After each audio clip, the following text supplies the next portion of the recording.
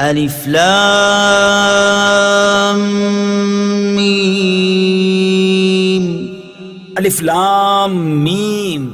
صراط الجنان میں ہے۔ قرآن پاک کی 29 سورتوں کے شروع میں اس طرح کے حروف ہیں، انہیں حروف مقطعات کہتے ہیں۔ ان کے بارے میں سب سے قوی قول یہ ہے کہ یہ حروف اللہ تعالیٰ کے راز ہیں اور متشابہات میں سے ہیں۔ ان کی مراد اللہ تعالیٰ جانتا ہے اور ہم ان کے حق ہونے پر ایمان لاتے ہیں۔ حروف مقطعات کا علم اللہ تعالیٰ کے علاوہ کسی اور کو حاصل ہے یا نہیں؟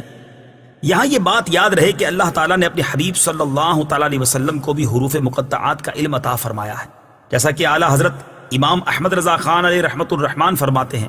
قاضی بیضاوی رحمت اللہ تعالیٰ علیہ انوار التنزیل میں سورتوں کے ابتدائیہ یعنی حروف مقطعات کے بارے میں فرماتے ہیں،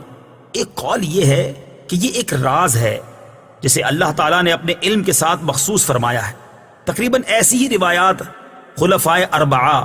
اور دیگر صحابہ کرام علیہم الرضوان سے بھی منقول ہیں، اور ممکن ہے کہ صحابہ کرام علیہم الرضوان نے یہ مراد لیا ہو کہ یہ حروف اللہ تعالیٰ اور اس کے رسول صلی اللہ تعالیٰ علیہ وسلم کے درمیان راز و نیاز ہیں، اور یہ ایسے اسرار و رموز ہیں جنہیں دوسروں کو سمجھانا مقصود نہیں۔ اگر یہ راز حضور صلی اللہ تعالیٰ علیہ وسلم کو معلوم نہ ہو تو پھر غیر مفید کلام سے خطاب کرنا لازم آئے گا، اور یہ بعید ہے۔ امام خفاجی رحمت اللہ تعالیٰ علیہ فرماتے ہیں، انوار التنزیل کے بعض نسخوں میں استأثرہ اللہ بعلمہ ہے، اور استأثرہ کی ضمیر رسول اللہ صلی اللہ تعالیٰ علیہ وسلم کے لیے ہے اور با مقصور پر داخل ہے، یعنی اللہ تعالیٰ نے حضور اقدس صلی اللہ تعالیٰ علیہ وسلم کو اپنے علم سے خاص کر کے معزز و مکرم فرمایا، یعنی مقطعات کا علم صرف اللہ تعالیٰ اور اس کے رسول صلی اللہ تعالیٰ علیہ وسلم کو حاصل ہے۔ اس معنی کو اکثر سلف اور محققین نے پسند فرمایا ہے۔ علامہ محمود آلوسی رحمت اللہ تعالیٰ علیہ فرماتے ہیں، غالب گمان یہ ہے کہ حروف مقطعات مخفی علم اور سربستہ راز ہیں جن کے ادراک سے علماء عاجز ہیں، جیسا کہ حضرت عبداللہ ابن عباس رضی اللہ تعالیٰ عنہما نے فرمایا، اور خیالات اس تک پہنچنے سے قاصر ہیں، اور اسی وجہ سے حضرت ابوبکر صدیق رضی اللہ تعالیٰ عنہ نے فرمایا، ہر کتاب کے راز ہوتے ہیں، اور قرآن مجید کے راز سورتوں کی ابتدا میں آنے والے حروف ہیں۔ اور امام شعبی رحمت اللہ تعالیٰ علیہ فرماتے ہیں، یہ حروف اللہ تعالیٰ کے اسرار ہیں، تو ان کا کھوج نہ لگاؤ، کیونکہ رسول اللہ صلی اللہ تعالیٰ علیہ وسلم کے بعد ان کی معرفت آپ صلی اللہ تعالیٰ علیہ وسلم کے علوم کے وارث اولیاء کرام کو ہے، انہیں اسی بارگاہ سے ان اسرار کی معرفت حاصل ہوتی ہے،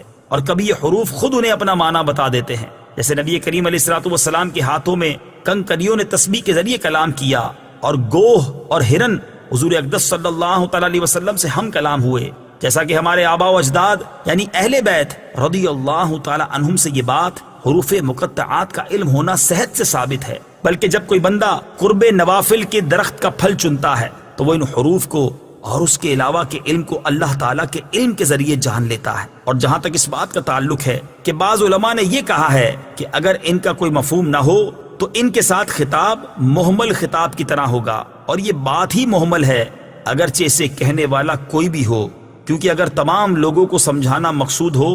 تو یہ ہم تسلیم نہیں کرتے، اور اگر صرف ان حروف کے مخاطب کو سمجھانا مقصود ہو اور وہ یہاں رسول اللہ صلی اللہ تعالیٰ علیہ وسلم ہیں، تو اس میں کوئی مومن شک نہیں کر سکتا کہ سرکار دو عالم صلی اللہ تعالیٰ علیہ وسلم ان کا معنی جانتے ہیں۔ اور اگر اس میں سے بعض لوگوں کو سمجھانا مقصود ہے تو ارباب ذوق کو ان کی معرفت حاصل ہے، اور وہ الحمدللہ امت محمدیہ میں کثیر ہیں، اور ہم جیسوں کا ان کی مراد نہ جاننا نقصان دہ نہیں، کیونکہ ہم تو ان بہت سے افعال کی حکمت بھی نہیں جانتے جن کے ہم مکلف ہیں، جیسے جمرات کی رمی کرنا، صفا و مروہ کے درمیان سعی کرنا، رمل اور استباء وغیرہ، اور ان جیسے احکام میں اطاعت کرنا سر تسلیم خم کرنے کی انتہا پر دلالت کرتا ہے۔